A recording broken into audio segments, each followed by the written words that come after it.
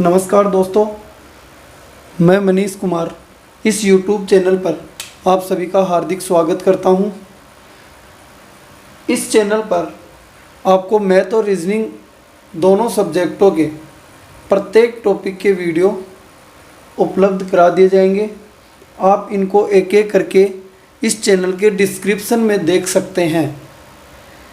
प्रत्येक वीडियो को ध्यान से लास्ट तक ज़रूर पढ़ना, जिससे कि आपको इस चैनल के माध्यम से दी जा रही सभी वीडियोज़ क्लासेज की योग्यता का आकलन करने को मिले। सबसे पहले इस सेशन को स्टार्ट करने से पहले मैं आपसे यही विनती करता हूं कि आप इस चैनल को सब्सक्राइब कीजिए,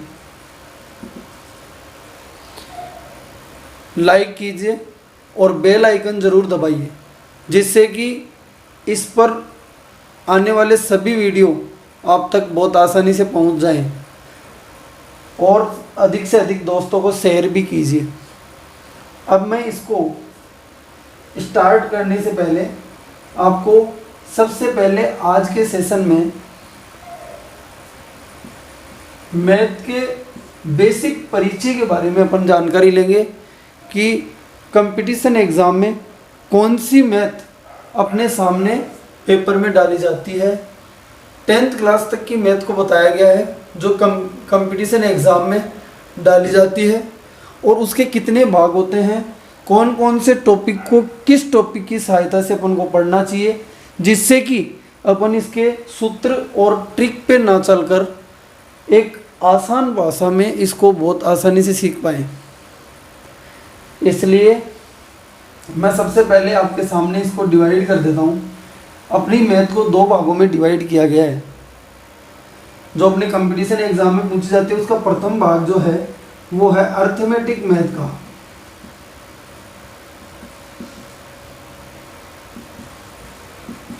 और दूसरा भाग है एडवांस मैथ का। इस भाग के अंदर, जिसको अपन हिंदी में अंक गणित बोलते हैं, इसको भी अपन 3 भागों में डिवाइड कर सकते हैं। वो 3 भाग कैसे अलग अलग तरीके से अपन पढ़ेंगे, किस किस प्रकार से अपन इस मैथ के सिस्टम को देखेंगे, वो सारी व्याख्याएं मैं यहाँ करने जा रहा हूँ। सबसे पहले मैं आपके सामने बात करूँ कि जो गणित है, अर्थमेटिक मैथ है, उसका जो सिंपल फॉर्मेट और बेसिक जो वैल्यूज़ हैं उनके बारे में सारी बातें जो बताई जाएंगी, वो चैप्टर कहलाएगा अपना संख्या पद्धति का। ये एक बहुत बड़ा टॉपिक है और इसके अंदर काफ़ी सारे चैप्टर आ जाएंगे। कौन अंक कितने होते हैं, अंकों से संख्याएं बनती हैं, संख्याओं में भाजकता के नियम कैसे लागू होंगे, इसके अलावा आगे देखें तो इकाई का अंक कैसे ज्ञात करेंगे किसी भी कैलकुलेशन में। इसके बाद बात करें तो अपन शेषफल कैसे ज्ञात करेंगे किसी भी संख्या के अंदर किसी भी संख्या का भाग देने पर। इसके बाद अपन देखेंगे तो वर्गमूल, घनमूल, घातांकनी, भिन्न, दशमलव, ये सारी चीज़ें इस संख्या पद्धति के पार्ट में पढ़ा दी जाएंगी। इसके बाद सेकंड वाला जो पार्ट है वो है प्रतिशत का। परसेंटेज एक ऐसा टॉपिक है जो अपने अलग अलग रूपों को दर्शाता है। किसी भी परसेंट को या परसेंटेज के चिन्ह को हटाने पर नीचे 100 आना, यानी नीचे 100 आना कहने का मतलब भिन्न का रूप धारण करना, और जैसे ही भिन्न बनेगी तो भिन्न को मैं अनुपात में भी लिख सकता हूँ। तो परसेंटेज एक बहुत इम्पोर्टेंट टॉपिक है एग्ज़ाम की दृष्टि से भी, और इस मैथ के दूसरे भाग को सीखने की दृष्टि से भी। और आपको यदि परसेंटेज ध्यान से समझ में आ जाता है, यानी आपने इस टॉपिक को ध्यान से समझा है, तो आप इसके बेस पे अनुपात एंड समानुपात, जो इसी का ही दूसरा रूप है, इसके बाद लाबानी, साझा, मिश्रण, ब्याज, दोनों टॉपिक साधारण और चक्रवर्ती, CI एंड SI, और इसके बाद में औसत।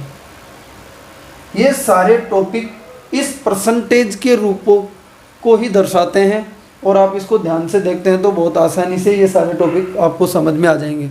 देखो, इन सभी टॉपिकों के अंदर अपन किसी सूत्र और किसी ट्रिक की बात नहीं करेंगे, अपन इनकी भाषाओं को सीखना चाहेंगे। यदि आपने इनकी भाषाओं को समझ लिया तो किसी भी प्रकार का क्वेश्चन एग्जामिनर अपन को क्यों ना दे, अपन बहुत आसानी से सोल्व कर सकते हैं। इसके तीसरे भाग की बात करूं तो थर्ड वाला पार्ट जो आपने सुना होगा, समय, दूरी, समय, काम, मजदूरी। इसके बाद में देखें तो रेलगाड़ी के जो क्वेश्चन आते हैं वो समय दूरी के अंदर ही आ जाते हैं। इसके बाद नावद्वारा के जो क्वेश्चन आते हैं वो ये अपने आप में एक अलग ही टॉपिक है जो गति पे डिपेंडेंट होता है। इसके बाद में अपन बात करें तो एक मिश्र अनुपात का टॉपिक जो कि समय, काम, दूरी का भाग है। इसके बाद एडवांस मैथ की चर्चा अपन जब करते हैं तो इसको भी 4 रूपों में अलग अलग प्रकार से अपन देखेंगे। एडवांस मैथ के अंदर सबसे पहला टॉपिक जो आएगा वो क्षेत्रमिति, क्षेत्रमिति एंड आयतन, 2D एंड 3D। 2D और 3D का मतलब क्या होता है इसके बारे में मैं आपको बताना चाहूँ तो 2D जो है 2 दिशाओं वाली, 2 डायमेंशनल, 2 दिशाओं वाली आकृतियाँ। 3D 3 दिशाओं वाली आकृतियाँ। इनको ध्यान से देखेंगे अपन, इनके क्षेत्रफल, इनके परिमाप, इनके आयतन, इन सब के बारे में अपन चर्चा करेंगे। इनके वक्र पृष्ठीय क्षेत्रफल को देखेंगे। ये सभी चर्चाएं अपन किस में करेंगे, क्षेत्रमिति एंड आयतन में। इसके बाद बात करते हैं तो एक अपने आप में बहुत ही मोस्ट इम्पोर्टेंट टॉपिक आता है त्रिकोणमिति का।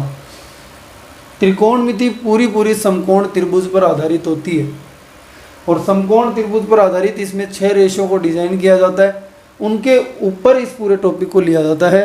तो ये त्रिकोणमिति का टॉपिक अपन समझेंगे। इसी में एक अपना टॉपिक आता है ऊंचाई एंड दूरी का, वो जो त्रिकोणमिति का ही भाग है। इसके अलावा अपन देखना चाहें तो अगला भाग है बीजगणित, और इससे अगला भाग अपन देखना चाहें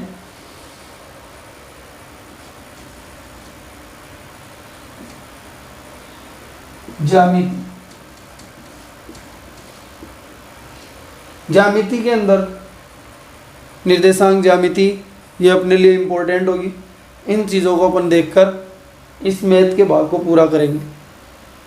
ये पार्ट अपने कंपटीशन एग्ज़ाम के अंदर पूछे जाते हैं, 10th लेवल की मैथ जिसको बोलते हैं अपन। इसके अलावा भी कुछ अदर टॉपिक हैं जिनके बारे में भी अपन चर्चा करेंगे। जैसे मैं आपको बताना चाहूँ, एक टॉपिक का आपने नाम सुना होगा सांख्यिकी, जिसमें समांतर माध्य, माध्यिका और बहुलक इन जैसी चीज़ों के बारे में पूछ लिया जाता है। इसके बाद एक टॉपिक का नाम आपने सुना होगा डेटा इंटरप्रेशन। आपने कभी यानी पाई चार्ट के क्वेश्चन, ग्राफ और सर्किल पे क्वेश्चंस देखे होंगे, और सांख्यिकी जो है ये अपने आप में एक अलग टॉपिक है। डेटा इंटरप्रेशन जो है ये पूरा ये टॉपिक किन पे डिपेंड होता है, प्रतिशत, अनुपात और औसत। परसेंटेज, प्रतिशत, अनुपात और औसत, इन 3 टॉपिकों के ऊपर ये पूरा टॉपिक डाला जाता है। तो ये आपको सीखने के बाद इनका इस्तेमाल इस डेटा इंटरप्रेशन में करना है। इसके बाद में अपन बात करें लास्ट एंड फाइनल, वो है फील्ड बुक की चर्चा। और एक छोटा सा भाग और आ जाता है कई बार अपने, जिसको बोलते हैं अपन प्रायिकता की चर्चा। ये सारे टॉपिक्स जो हैं ये अपने एग्ज़ाम के अंदर, कंपटीशन एग्ज़ाम में पूछे जाते हैं। ये मैथ जो आपने सामने देखी है और जो आप इस बोर्ड पे अभी देख पा रहे हैं, वो सारी मैथ रेलवे, पटवार, ग्राम सेवक, एसएससी, बैंक, इन सब चीज़ों में काम में आती है। और इसके अलावा भी अपन 2-4 चीज़ें जो हैं वो वर्ग, घन, पहाड़े, इनको तैयार कर लेंगे पहले ही। और इसके अलावा कुछ कैलकुलेशन का पार्ट जिसको अपन समझेंगे बीच बीच के अंदर, टॉपिकों के साइड में अपन पढ़ते हुए चलेंगे, जिससे कि अपन धीरे धीरे प्रैक्टिस करते हुए अपनी कैलकुलेशन स्पीड को बढ़ा सकें।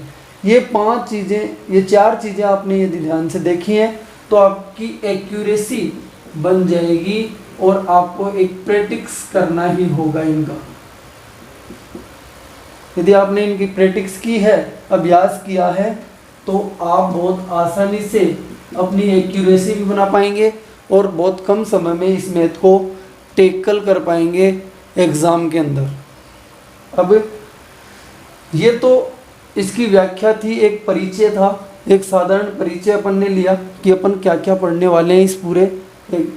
इसके अलावा जो रीजनिंग की बात आएगी तो रीजनिंग का परिचय लेंगे और उसमें भी एक एक टॉपिक को देखेंगे। अभी अपन ने मैथ के बारे में पढ़ा है, मैथ के कौन कौन से टॉपिक अपन को किस किस प्रकार से देखने हैं। ये भाग स्टार्ट करेंगे तो इसके पूरे टॉपिक अपन लेंगे, ये भाग स्टार्ट करेंगे तो इसके पूरे टॉपिक अपन लेंगे, और ये भाग स्टार्ट करेंगे तो इसके पूरे टॉपिक लेंगे, और ये भाग स्टार्ट करेंगे तो इसके पूरे टॉपिक एक एक करके लेंगे। ऐसे अपन इस पूरी मैथ को 4 भागों में देख पा रहे हैं। ओके, इसका स्क्रीनशॉट ले सकते हैं आप। ये एक चैप्टर वाइज अपन को चलने का ये रास्ता है, कैसे अपन को रास्ता तय करना है इस मैथ के लिए। आपको मैं फिर विनती करता हूँ कि आप इस चैनल को सब्सक्राइब जरूर कीजिए। ये चैनल आपके मैथ के लिए कंपटीशन एग्ज़ाम में कारगर साबित होगा,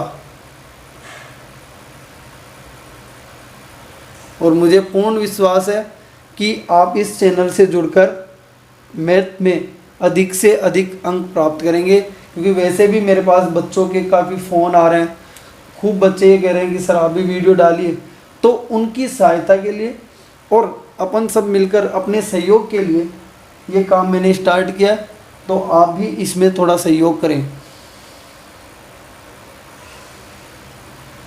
अब मैं जैसे एक बार 2 छोटी छोटी इस सेशन के अंदर, परिचय वाला जो सेशन था, इसमें 2 छोटी छोटी कैलकुलेशनों की बात कर लेता हूँ और उनको सीख लेंगे, जिससे कि अपन पहले लेक्चर में भी अधूरे ना रहें, एक चीज़ को सीख कर जाएं जो अपने एग्ज़ाम के लिए बहुत ज़्यादा इम्पोर्टेंट है।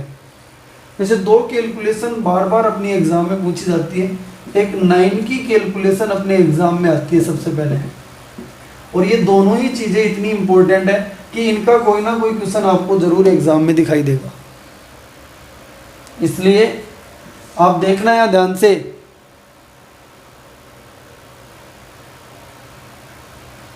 नाइन के क्वेश्चन को एग्जाम में इस प्रकार से डाला जाता है। मैं आपको बता देता हूं, जोड़ बाकी गुणा ये जब भी आते हैं तो इनके कुछ सॉल्यूशन बैंकिंग के अंदर अपन डिजिट कोड के द्वारा फाइंड करते हैं या फिर अप्रोक्सेशन के द्वारा फाइंड करते हैं। अप्रोक्सेशन का मतलब 7.7 है तो उसको 8 मान लिया जाता है, इस प्रकार से इसे बोला जाता है अप्रोक्सेशन। जैसे 7.7 है तो इसे 8 मान लेते हैं, 5.4 है तो इसे 5 मान लेते हैं, गुणा करना है इन दोनों को तो 8 पंजे 40 बनाते हैं। इस प्रकार से काम करते हैं, लेकिन वो बैंकिंग में चलता है क्योंकि वहाँ पे अप्रोक्सीमेट आंसर डाले जाते हैं, ना कि एग्जैक्ट आंसर डाले जाते हैं। यहाँ अपन को एग्जैक्ट आंसर बताने होंगे। इसका एक साधारण सा रास्ता, तो आप इसको गुणा करेंगे, मल्टीप्लाई बहुत से लोगों को सबको करना आता होगा लगभग। बहुत से बच्चे ऐसे भी हैं जिनको मल्टीप्लाई करना नहीं आता, लेकिन मैं आपको बता देता हूँ, आपके जोड़ बाकी गुणा भाग पाड़े और वर्ग और घन आपके लिए बहुत ज़्यादा इंपॉर्टेंट साबित होने वाले हैं। इसलिए इन चीज़ों पर ज़्यादा आप डीपली ध्यान दें। इस कैलकुलेशन के बारे में पढ़ने से पहले बहुत सारे बच्चे इसमें 100 - 1, 1000 - 1, इस एक पद को 1000 - 1 बनाते हैं और इससे गुणा कर देते हैं। इन दोनों पदों को गुणा करते हैं, एक 9 9 9 0 0 0 -9 9 9 और आंसर बताते हैं। लेकिन यदि आपकी एग्जाम में इतना बड़ा क्वेश्चन आ गया तो धीरे धीरे आप इसमें फेल होने लग जाएंगे और अपने टाइम को कंज्यूम नहीं कर पाएंगे, बचा नहीं पाएंगे। इसलिए आपको मैं एक इसका बहुत अच्छा तरीका समझाने जा रहा हूँ, ध्यान से देखिएगा, जो बहुत इंपॉर्टेंट है और सबसे बेस्ट तरीका है बताने को। तो इसको बहुत सारे अलग अलग तरीकों से बता सकते हैं। 9 की कैलकुलेशन और 1 की कैलकुलेशन ही क्यों पूछी जाती है, उसका रीज़न है क्योंकि इनके अंदर कोई ना कोई टेक्निक है जिसके कारण से इस क्वेश्चन को बहुत जल्दी उड़ाया जा सकता है, बहुत कम समय में। 8 7 6 5 4 3 2 इनके लिए ये काम लागू नहीं होंगे, क्योंकि ये उनके अंदर कोई टेक्निक नहीं बनती, उनके गुणा के अंदर कोई प्रोसेस ऐसी नहीं बनती जिसके द्वारा अपन कम समय में इनको सोल्व कर सकते हैं। उनमें भी बनती है, लेकिन प्रत्येक अलग अलग भागों में अलग अलग बातें बनती है। इसमें एक प्रकार से ही रास्ते के द्वारा चला जाएगा, एक ही मेथड है जिसके द्वारा अपन इन क्वेश्चनों को सोल्व करेंगे। सबसे पहले मैं लेना चाहूँ आपके सामने 9 9 इंटू 9 9 9 9 9 इंटू 9 9 9, यहाँ देखो 81।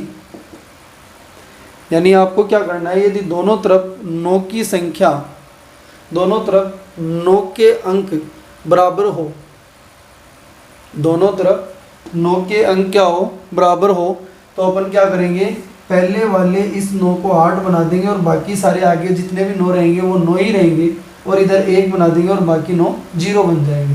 जैसे ये पहले वाला 8 बन गया, ये 9 ही रहेगा, ये 1 बन गया, ये 0 बन जाएंगे। जैसे अब इसको करना चाहें तो ये पहले वाला पद 8 बन जाएगा, बाकी सारे 9 ही रहेंगे, और ये पहले वाला 1 बन जाएगा और बाकी सारे 0 बन जाएंगे। अब आप किसी भी क्वेश्चन को बहुत आसानी से बताकर निकल सकते हैं। ये दो छोटी छोटी कैलकुलेशन आपको इस सेशन में, इस लेक्चर में इसलिए दी जा रही है कि आप इस लेक्चर को फ्री में छोड़कर ना जाएं कि इससे तो कुछ प्राप्ति नहीं हुआ। आपको दो ऐसी कैलकुलेशन मिलने वाली हैं जो एग्ज़ाम में बार बार आती रहती है। अब यहाँ देखिएगा ध्यान से, अगले वाला क्वेश्चन मैं इसमें आपके सामने रख रहा हूँ, तो इसको आंसर में क्या बोलेंगे, 9 9 9। ये वाला पहले वाला 8 बना था और आगे ये 3 0 बने थे और ये 1 बना था। ये लो, आप कर सकते हैं।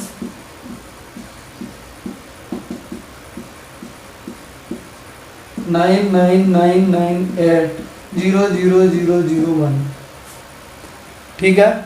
अब इसमें कुछ बच्चे पूछते हैं कि सर अभी तक तो दोनों तरफ पदों की संख्या समान थी, यदि पदों की संख्या भिन्न आ जाए तो वो एग्ज़ाम में क्वेश्चन नहीं आता, लेकिन आपने पूछा है तो मैं आपको बताकर निकल रहा हूँ।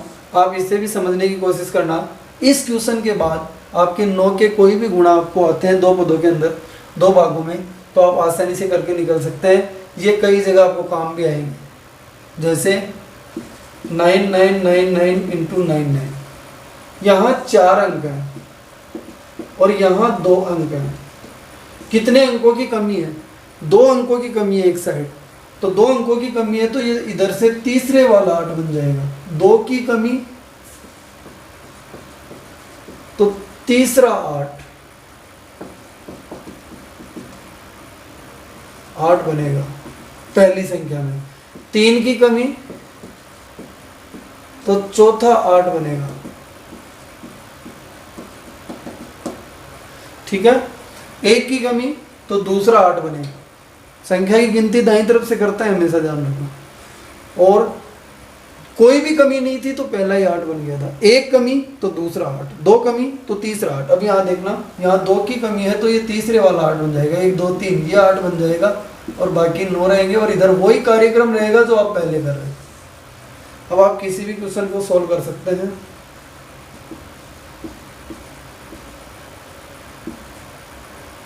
यहाँ 5 और यहाँ 4, 1 अंक की कमी है तो दूसरे वाला 8 बन जाएगा। 1 2 ये 8 बन जाएगा और बाकी सब 9 रहेंगे और इधर 0 0 0 1 कर लेंगे आप।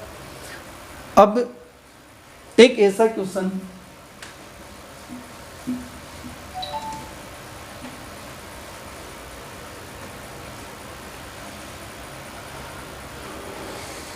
जो अपन को कंफ्यूज करने के लिए एग्जामिनर ने दिया, इसको सॉल्व कीजिएगा एक बार।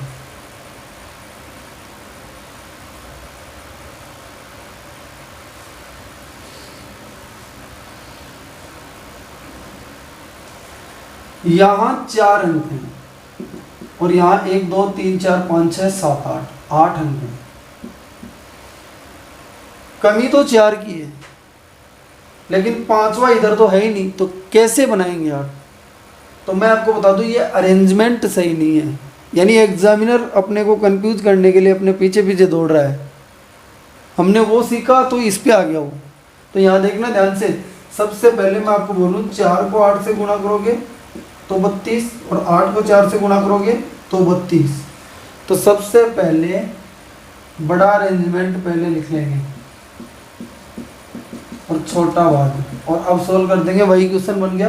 इधर 8 इधर 4 अंकों की कमी है तो 5वां, 1 2 3 4 5, ये 8 बन जाएगा और बाकी सब 9 रहेंगे और आगे 0 0 0 1 कर लेंगे। आप इसको स्क्रीनशॉट ले लीजिए, इसका बहुत इंपॉर्टेंट क्वेश्चन है।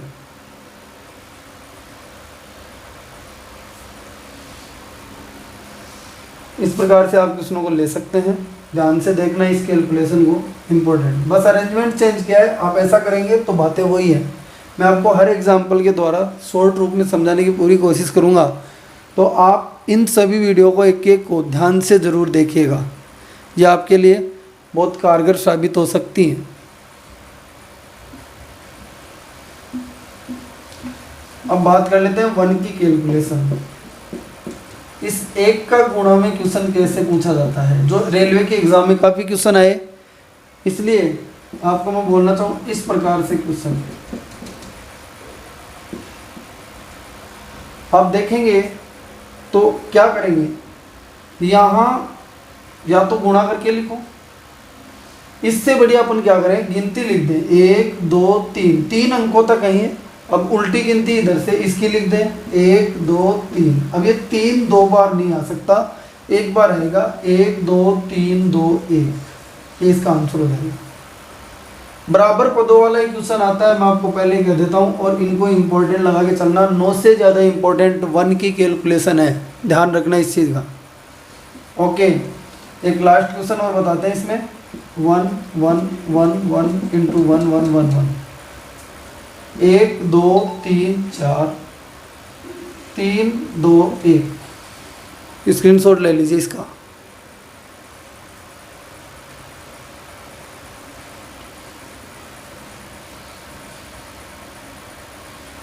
ऐसे ही 1 1 इंटू 1 1 आपने सुना होगा। 1 2, ये 4 जो है लास्ट वाला, 1 2 3 4 दोबारा फिर उधर से रिपीट नहीं होगा, उसको एक बार ही लिखेंगे। 1 2, इधर से भी 1 2 बनने वाला था, इस 2 को 2 बार नहीं, 1 2 1, इसका आंसर बोलेंगे अपन। ओके, 3 क्वेश्चन में डाल देता हूँ, जल्दी मुझे बता दीजिएगा। आप प्रैक्टिस कर लें इन 3 क्वेश्चनों की। और लास्ट क्वेश्चन है, अच्छा इसका आंसर देखिएगा 9 9 9 8, क्योंकि बराबर पद हैं, लास्ट वाले ये 8 बन गया, ये 1 बन जाएगा और बाकी 0 बन जाएंगे।